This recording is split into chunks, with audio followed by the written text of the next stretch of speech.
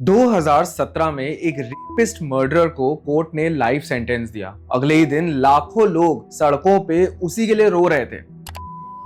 मामले में गुरमीत राम रहीम दोषी करार दिए गए हैं। अब देखिए, जब दोषी करार हो गया था, he will be taken into custody और he will be sent to jail. हजारों डेरा समर्थक पंचकुला पहुंच चुके हैं और अभी भी समर्थकों के पहुंचने का सिलसिला लगातार जारी है।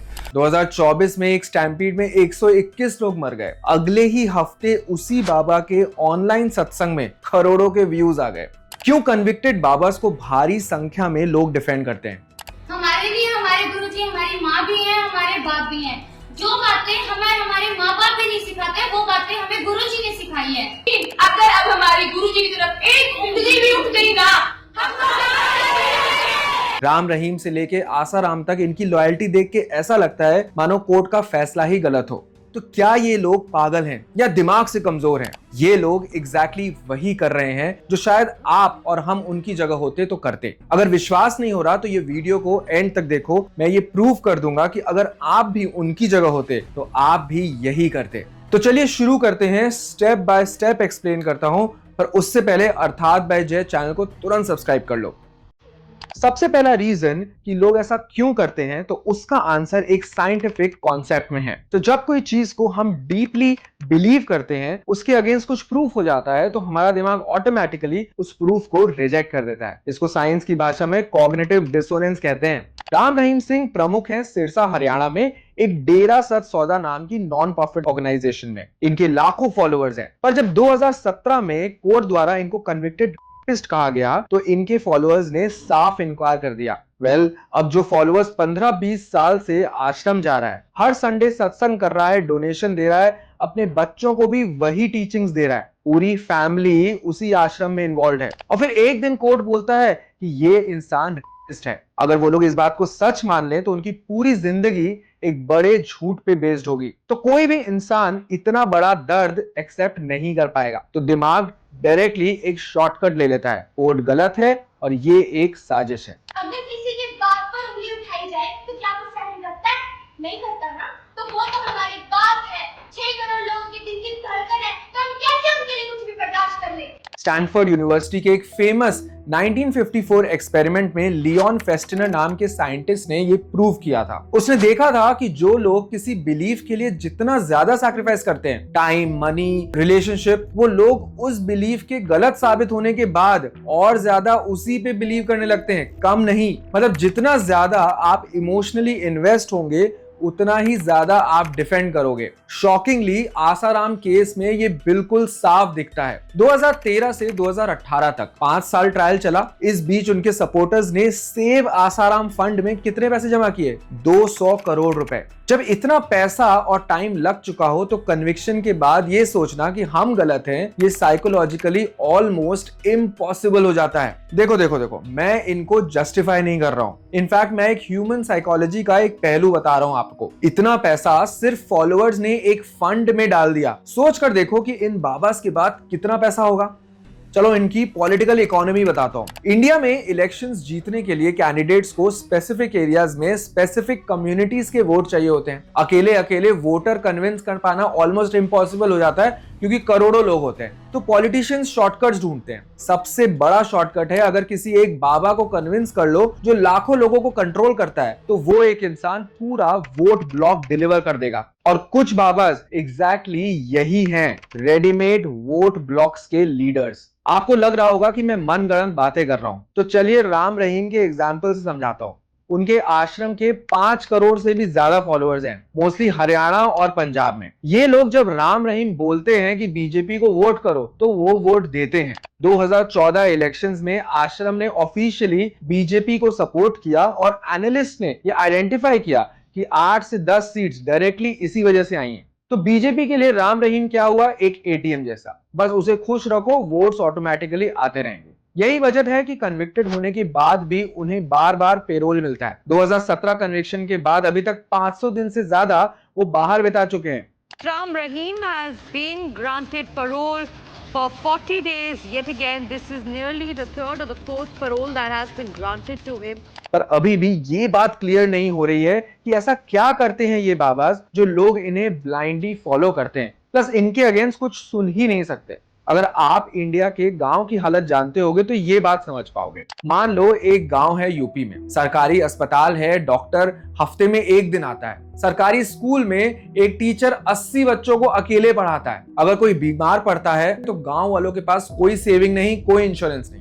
ऐसे गांव में रहने वालों के लिए एक आश्रम ही है जहां फ्री इलाज होता है, बच्चों के पढ़ाने की व्यवस्था होती है, जरूरत पे पैसा भी मिलता है। इस इंसान के लिए बाबा भगवान से कम नहीं होता, क्योंकि गवर्नमेंट ने कभी कुछ नहीं दिया और बाबा ने सब कुछ दिया। अगर राम रहीम की बात करें तो राम रहीम के आश्रम 46 करोड़ रुपए का फ्री मेडिकल कैंप्स करा चुके हैं, 1000+ ब्लड डोनेशन, केदारनाथ 2013 डिजास्टर में रिलीफ वर्क। जब एक फॉलोवर कहता है कि पिताजी ने मेरे बेटी की शादी कराई, मेरा इलाज कराया, नौकरी दिलवाई, तो वो झूठ नहीं बोल रहा होता, उसकी लाइफ में सच में कोई डिफरेंस आया होता है। तो जब कोर्ट बोलता है कि ये इंसान क्रिमिनल है, फॉलोवर सोचता है क्या मैं अपने ही उस इंसान को बुरा बोलूं जिसने मुझे तब हेल्प की थी जब किसी ने नहीं की थी। जब मैं घायल था, इनकी खूनदान की वजह से मुझे नई जिंदगी मिली। मेरी माँ को नए गुर्दे मिले हैं, इनको मैं कैसे मार सकता हूँ? ये एक इमोशनल लॉयल्टी होती है जो बाकी सब चीजों से बहुत ऊपर होती है, और कोई भी इनकी जगह हो तो यही करेगा। वर्ल्ड बैंक का डेटा कहता है कि इंडिया में अभी भी 45 करोड़ लोग बहुत कम इनकम में रहते हैं। जब गवर्नमेंट फेल करती है, बेसिक चीजें नहीं प्रोवाइड कर पाती, तो कोई ना कोई वो गैप जरूर फिल करेगा और फिर वो हीरो बन जाता है, चाहे बाद में वो कन्विक्टेड क्यों ना हो जाए। और ये बात सही भी है।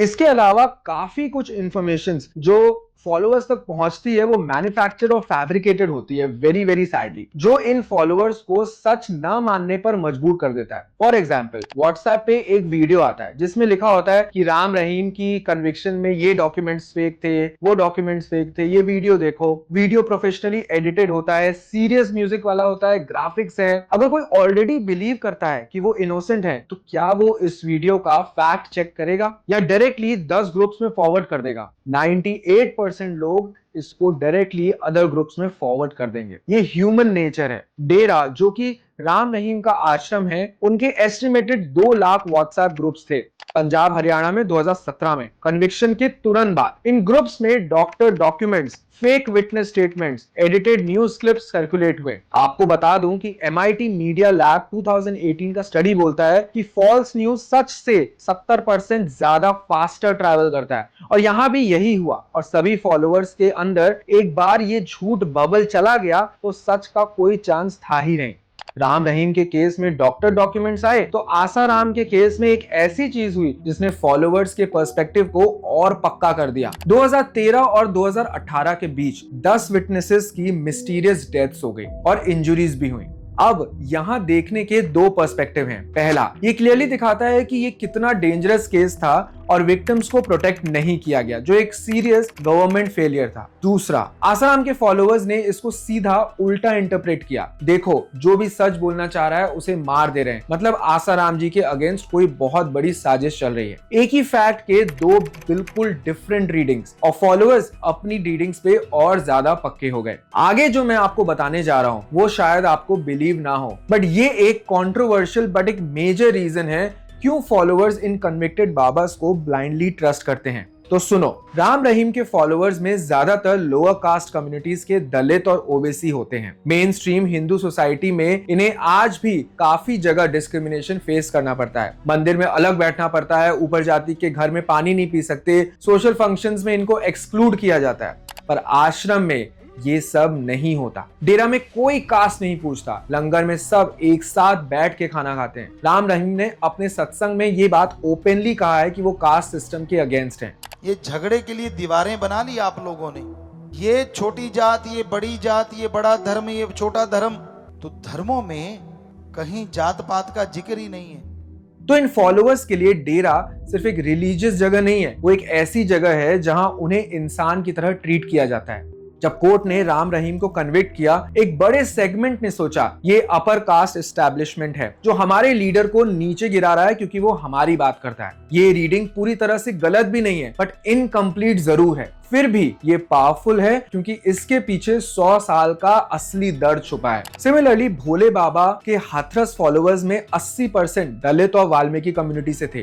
वो मेरे हरि हैं, मैं उन्हें, उनसे अलावा मैं किसी को मानती भी नहीं हूँ। मैं हद से ज्यादा उन्हें परमात्मा मानती हूँ। हथरस का नाम ऑलरेडी एक रीजन की वजह से सुर्खियों में था। 2020 में वहां एक दलित लड़की के साथ गैंग हुआ था। तो जब 2024 स्टैम्पीड में 121 लोग मारे गए तो कम्युनिटी के अंदर एक कॉम्प्लेक्स रिएक्शन था। कुछ लोग बोले कि अकाउंटेबिलिटी चाहिए, जो कि सही था, लेकिन कुछ लोगों ने यह भी बोला कि हथरस पे एक और अटैक हो रहा है, हमारे ही अपने पे, हमारे बाबा पे। ऐसे डीप रूटेड चीजों में आप फॉलोअर्स को गलत कैसे बोल सकते हो? तो दोस्तों, अब एक चीज तो आप सबको मानना पड़ेगा कि ये लोग स्टूपिड नहीं है, पागल नहीं है, इनका दिमागी संतुलन खराब नहीं है। इनके डिफेंड करने के पीछे रियल रीजंस हैं जो समझ में आ रहे हैं। जब गवर्नमेंट करोड़ों लोगों को बेसिक डिग्निटी नहीं दे सकती और कोई बाबा दे देता है तो वो लोग उसके लिए कुछ भी करेंगे। जब सोसाइटी कास्ट के नाम पे एक्सक्लूड कर देती है और बाबा इंक्लूड करता है तो लोग उसकी लाइफ के लिए खड़े हो जाएंगे। जब तक ये गैप रहेगा, गवर्नमेंट और आम आदमी के बीच कोई ना कोई राम रहीम बनता रहेगा और करोड़ों लोग उसको डिफेंड करते रहेंगे। That was all from my side. For more such videos, watch Arthat by Jay. Thank you and have a great day.